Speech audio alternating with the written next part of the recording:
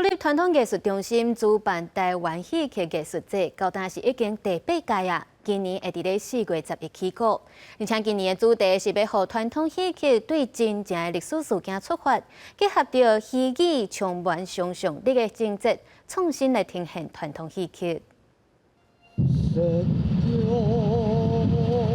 大海无情，世事难料。甲台湾本地戏甲印尼的南洋音乐结合做伙，拍破国家的边界。这出是真菲林阁掌中剧团的一个皇帝在南洋。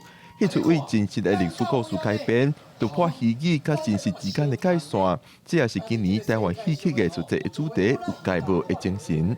我们可以借由演出了解古代或是呢剧中人的想法，但是呢又可以跟自己来做对话。所以不管是穿越，不管是异世界，不管是平行时空，不管是梦境幻境，其实呢都可以在里面得到很特别的一个个人的一个看戏的体验。现代剧场舞台剧的元素嘛，结合真实甲戏剧、甲传统戏剧结合。国立传统艺术中心举办的戏剧艺术节，今年有邀请到台北木工剧团、秀琴歌剧团、棉花园戏剧总团，这有名的传统戏剧剧团表演。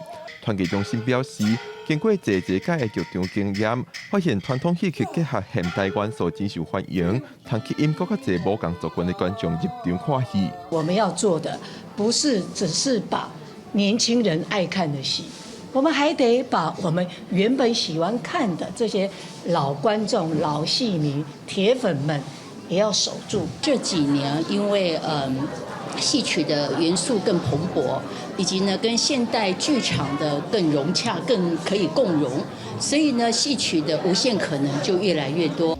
团艺中心表示，这几年来真侪戏剧艺术节的作品得到国内艺术奖的肯定，甚至是出国表演。这嘛显示台湾的戏剧正在透过创新继续传承。